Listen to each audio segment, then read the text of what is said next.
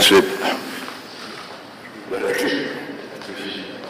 Saudara sekalian, kita katakan penghormatan saudara Bill Gates, ketua dari Gates Foundation, salah satu foundation yayasan filantropi yang terbesar sektor di dunia dengan dana 100 miliar dolar lebih dan lebih terus foundation. Dan mereka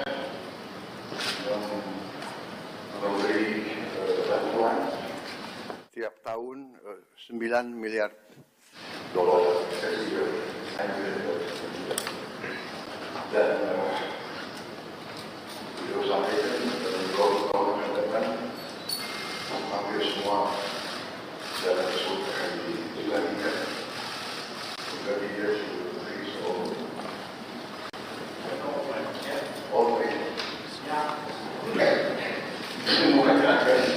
diserahkan dari inilah apa ya pendekatan tokoh-tokoh seperti Bill Gates mungkin lebih Pancasila dari kita. Jadi ini sesuatu yang menarik. Tadi saya bicara dengan beliau telah memberi hibah ke Indonesia senilai 159 juta dolar, di kesehatan 119 juta, pertanian 5 juta, teknologi 5 juta, bantuan sosial lainnya lintas sektor totalnya lebih dari 12 juta.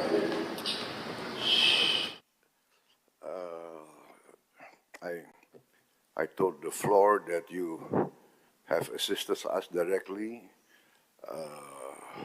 in direct donation,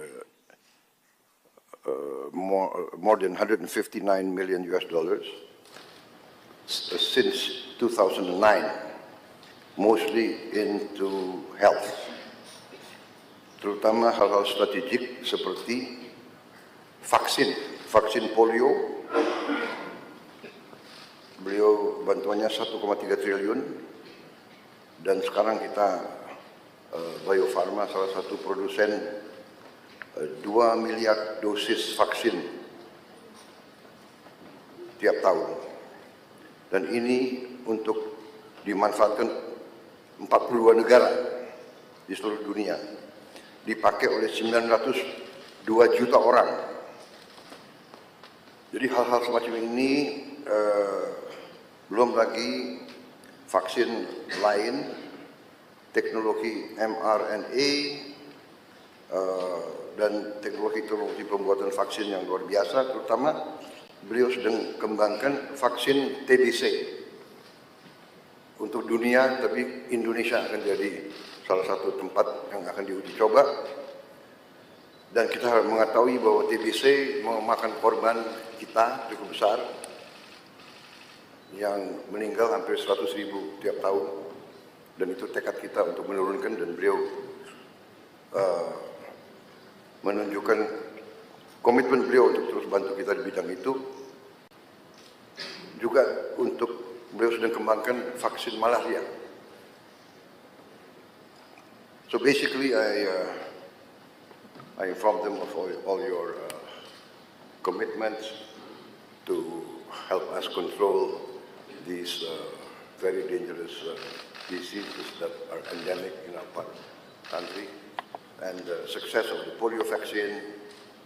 And we look forward to a breakthrough in the malaria and TBC, which I think will not be too far in the future.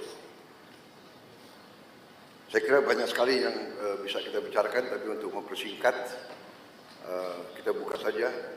Maybe we invite you to give us a bit of your ideas, your vision for the future. And tadi saya sudah sampaikan keputusan saya sebagai Presiden Republik Indonesia, karena dukungan beliau, bantuan beliau untuk Indonesia, tapi tidak hanya untuk Indonesia, untuk kepentingan manusia. Saya akan menggelar rapat Dewan Tanda Kehormatan karena saya ingin atas nama bangsa Indonesia memberi bintang tertinggi kita untuk seorang warga negara asing karena jasa-jasanya untuk bantu rakyat Indonesia dan rakyat dunia. I just announced that I've decided to convene our council for the national awards and to award Mr. Bill Gates for his contribution to the Indonesian people and the world humanity as a mark of his commitment, dedication to humanitarian causes. And we agreed that I will try to do it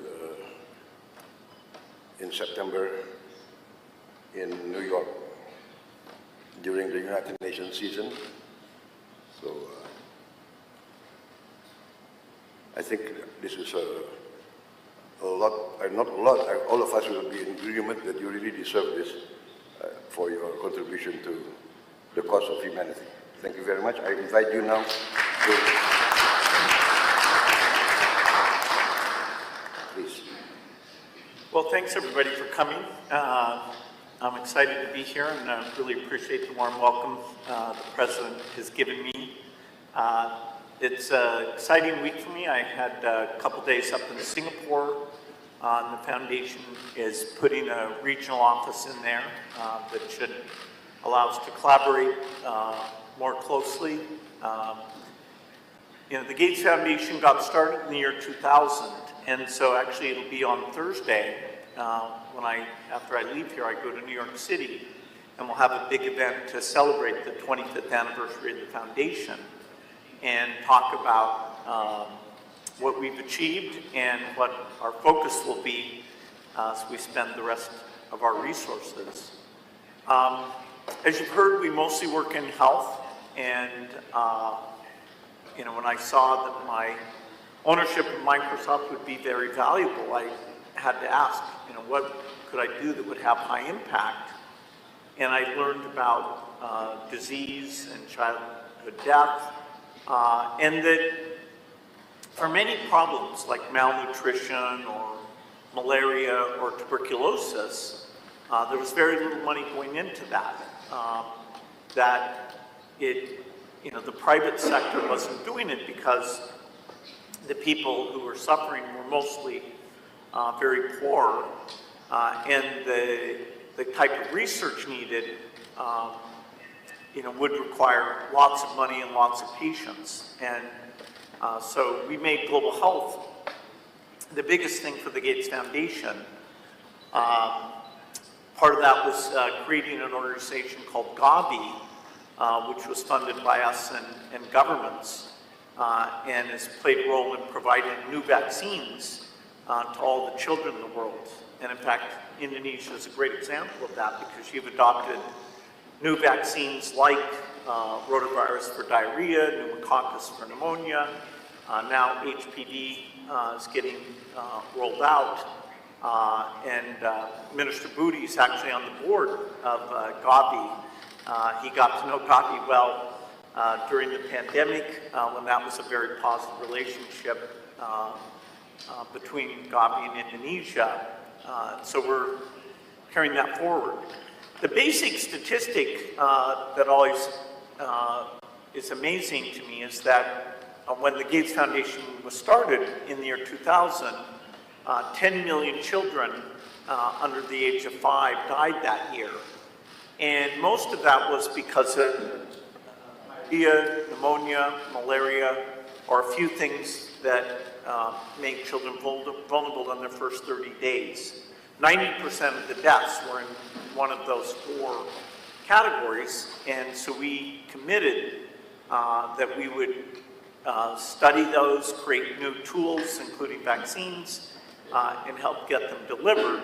And so in fact, the number of children who die under 5 has been cut in half. It's now below 5 million. Now that's 5 million too many. And actually in this region, including in Indonesia, that cut in half is true here as well. So it's been an amazing time period, and there's many new tools coming. You know, we need a tuberculosis vaccine, and in fact the trials for a tuberculosis vaccine have started, including with the strong relationship here in Indonesia. We have 2 of the sites where we're testing that vaccine are here, and that will help us know how well it works, and then that'll be a benefit to the entire world. You know, so we're doing those trials in Africa and India and here. Very excited about that. TB is a great example of a disease that, because the rich countries don't have the disease, it just doesn't get hardly any money for diagnostics or drugs or vaccines, and so that's been one of our big focuses. You know, lots still to do in health. You know, Indonesia is very serious about malnutrition, and we have a number of proven tools like what we call multiple micronutrient supplement that pregnant mothers can take instead of just taking folic acid and iron. They take a pill that actually has many vitamins in it. And yeah, Indonesia is one of the first to launch that with the goal to get that to all pregnant women very quickly. And it really makes a big difference. You know, a lot of women have anemia, which is an iron deficiency, and so the foundation has an approach where you can just go in one time and get an infusion, and it fixes the anemia. And so over the next year or 2, we'll come up with a plan to roll that out in Indonesia. You know, so a lot still to be done in health, but the innovation pipeline is very strong, you know, including in low-cost medicine. And of course, as we address infectious disease, where we still have this work to be done, you know, then we also need to start working on heart disease and diabetes and other diseases where the tools will be inexpensive. The only other area to mention that the foundation works in is agriculture, trying to make seeds more productive and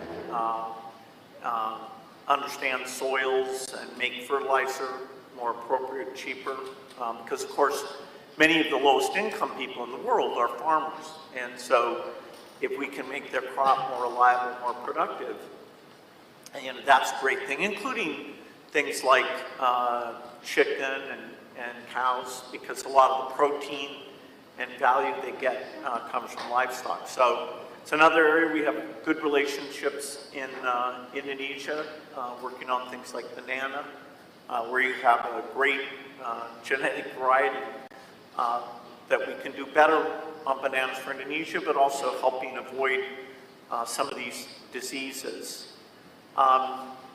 You know, the Gates Foundation loves to encourage philanthropy, and you know, I think philanthropy can be a very powerful force. Of course, it's not a substitute for the private sector or business. It's actually quite small compared to those other 2. And yet there are things like piloting new ways of doing education or piloting new medical tools where philanthropy can come in and do it in a unique way. And then if it works very well, over time, you know, government will change the educational approach or the health approach. You know, so, you know, and philanthropy can be a lot of fun. It can be very high impact.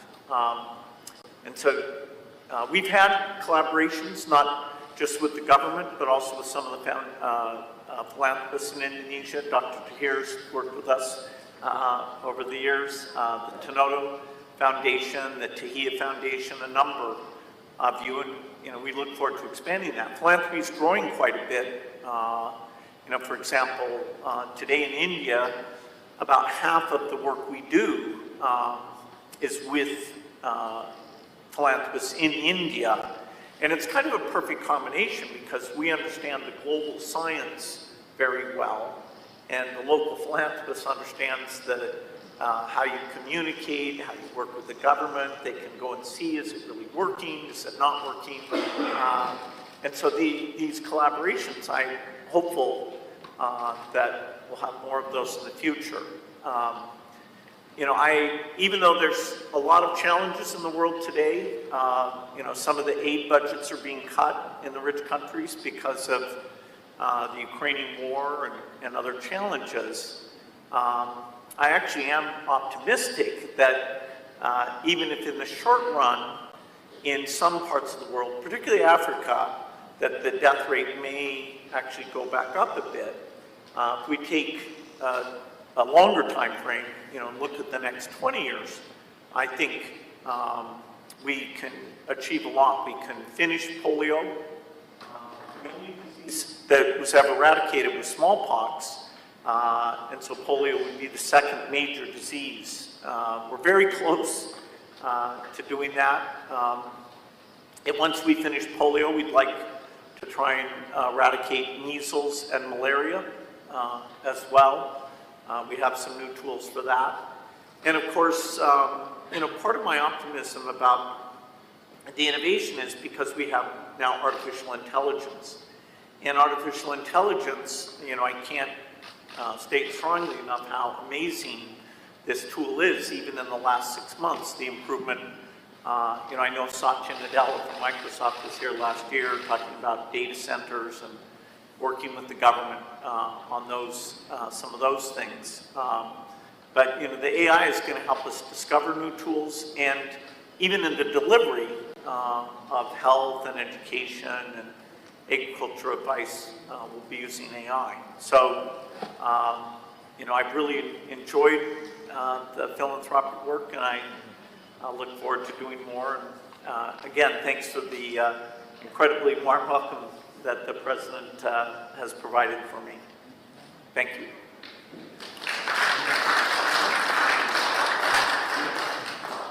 Mungkin ada yang mau menyampaikan pandangan atau pertanyaan, saya persilakan.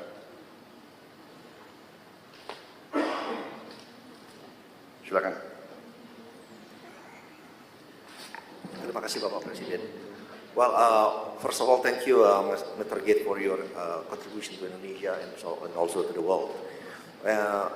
Under the direction of Bapak Presiden, actually, as a Minister of Investment, and also at the same time, I lead the CEO of Dengan, which is our newly established sovereign wealth fund. And actually, yesterday morning, we had a discussion with your team, because in Dengan we also setting up the Dengan Trust Fund,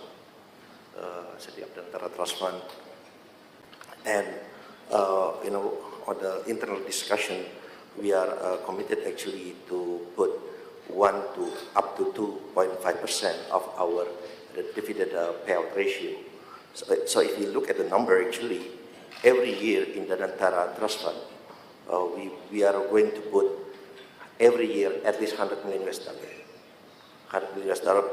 And for the next 5 years, even 5 to 6 years, if we look at the number, actually we will pledge to put up to $1 billion in the Dengan Trust Fund. So there's a potential collaboration with Gates Foundation also, because we are looking also in the same line of industries such as education, health, sanitation, and poverty alleviation. So again, there's potential collaboration, and we look forward get your feedback also on this. Thank you. And ladies and gentlemen, I'm working with Pak Rosan basically because every year I have a 1 billion rolling over grant for all institutions, and most of them come from the Gates only, like Global Fund. Yeah. And that is where I learned that in developed country, the philanthropy funding average is 2% of So the potential in Indonesia with 1.5 trillion GDP is 30 billion US dollar per annum. However, many Indonesians would like to give, but the money they get is through Indonesia, but through other countries. Because during COVID, I received a lot of grant from Pak Mukhtar, Sinar Wijaya, from Tanoto Foundation, but through other countries. The reason is because we don't have a trusted entities, because trust cannot be forced. It has to be earned. So that's why I talked with Pak Rosan, maybe we can establish, copying what Temasek Trust has, creating a Danantara Trust. And I wish Pak Bill, you can sit at the board with Pak Ray Dalio, your friends, because Pak Ray Dalio and Bill Gates also sit at the board of the Chinese philanthropic education. Pak Rosan have the ample of money as a catalytic functions, and I believe all of our friends here can contribute also, and you can also help to contribute. And Pak Gates have a systematic management that can help us earning the trust for these people so they can start giving the money to us. Thank you.